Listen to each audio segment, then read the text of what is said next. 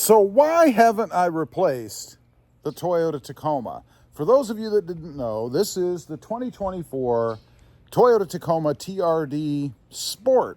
Now, I did buy a two-wheel drive because frankly, down here where I live, you don't really need four-wheel drive. I mean, unless you're an avid off-roader or something, and even then, I mean, it's dry down here. If I was to take this truck into the dirt off-road, it wouldn't need to be a four-wheel drive either. I'm not going to be soaking myself in mud pits or anything.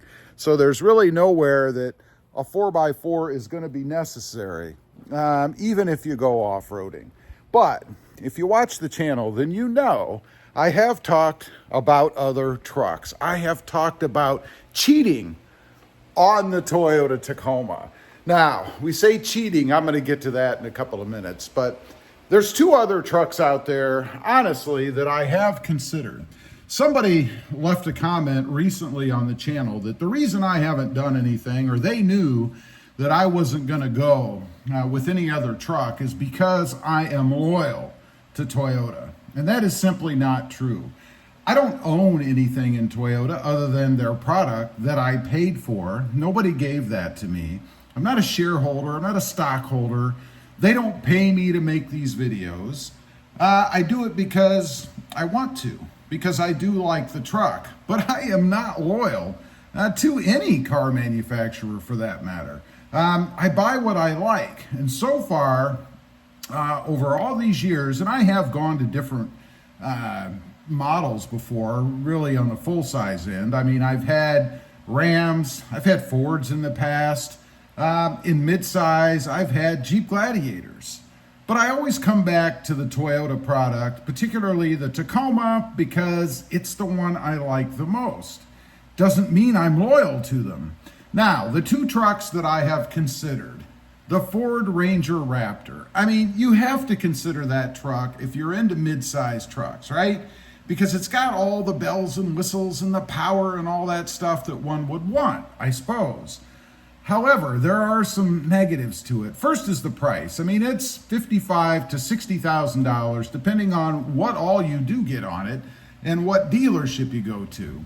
They are kind of scarce, so there's not a lot of wiggle room when it comes to negotiating price either. You're going to pay somewhere $55,000 to $60,000 is my guess. I don't see any rebates or money back or anything on the Ranger Raptor. The looks of it. I mean, it's not a bad looking truck. I like the looks of it, particularly the interior, the way that they have it set up. Although I don't know if I'm a big fan of the bolstered seats. They tend to be kind of too narrow for someone like me. I mean, I'm a normal sized man, right? I'm not a 16-year-old kid. Although I'm not, 310 pounds wide either. I'm just normal. But they all seem to be a little bit too tight. I do like the looks of it, though. The reputation of Ford, it's not great. You hear all the time about problems that people are having, and you see recalls and little issues and things. I had the two F-150s most recently. It's been a few years. I had transmission problems with those two trucks, and they were brand new.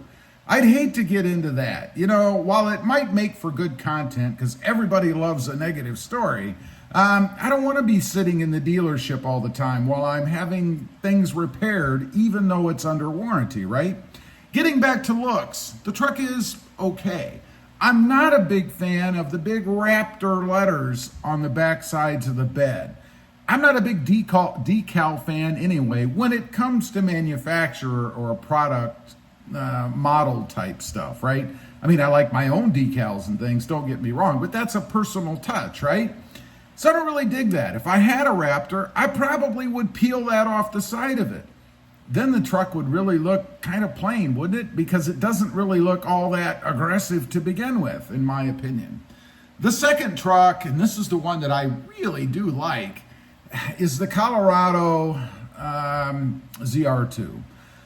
I think that is arguably, between it and the Tacoma, maybe the best looking truck on the road right now. I mean, I love the looks of the new Tacoma, don't get me wrong, but the Colorado, the ZR2 version, is a pretty damn good looking truck.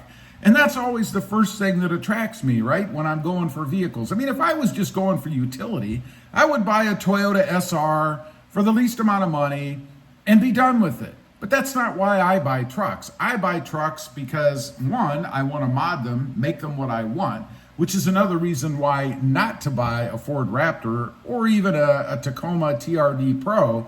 The truck is done. What do you do with it? It'd be boring for me. I have to do something with it. I do think there are things you can do with the Colorado, even though it does come with a lift and bigger tires and wheels and all that stuff. I would probably change out the wheels. Actually, what I'd probably do is put spacers on. I probably would keep the setup because it comes with a pretty decent tire on it, and the wheel's not horrid either, depending on which you get. So I probably would put spacers on it because I would want that wheel poke, right? Comes with the 3-inch lift. Don't have to screw around taking it somewhere and have it lifted after the fact. It comes that way. And the benefit of that is you can take it out for a test drive and see if you like the way it feels, the way that it is, right? The interior of it, I love that too. It's got all the tech. It looks good on the inside.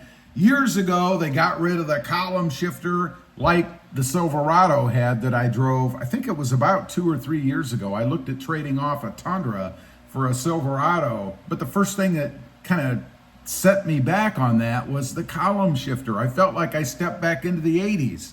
I didn't dig that. I don't know if they're still that way now. Hopefully not. I doubt that they are, but they might be. I don't know. So the Chevy Colorado, it would be an awesome, in the ZR2 version, truck to get in lieu of the Tacoma. Now, for those that are concerned about the powertrain, the setup, of course, it is a 4-cylinder turbo, whereas the Ranger Raptor is a V6.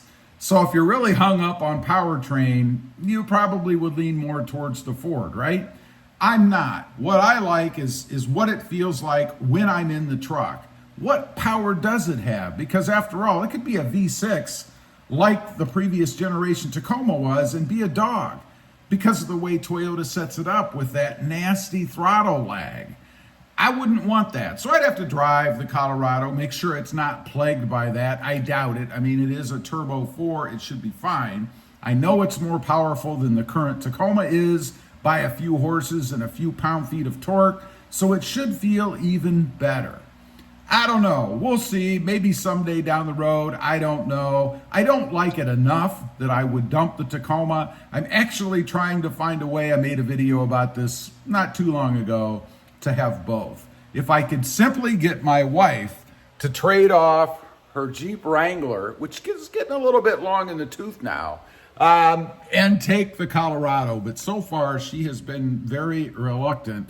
She doesn't want to do it, to do that. So I don't know. I'm definitely not trading off the Tesla back here because I love that car. And I'm not going to have more than 3 vehicles. I mean, I already have one more than I need, right? It's just such a waste of money when you look at the checkbook every month and you see it going down and the truck or one of them sitting in the driveway doing nothing.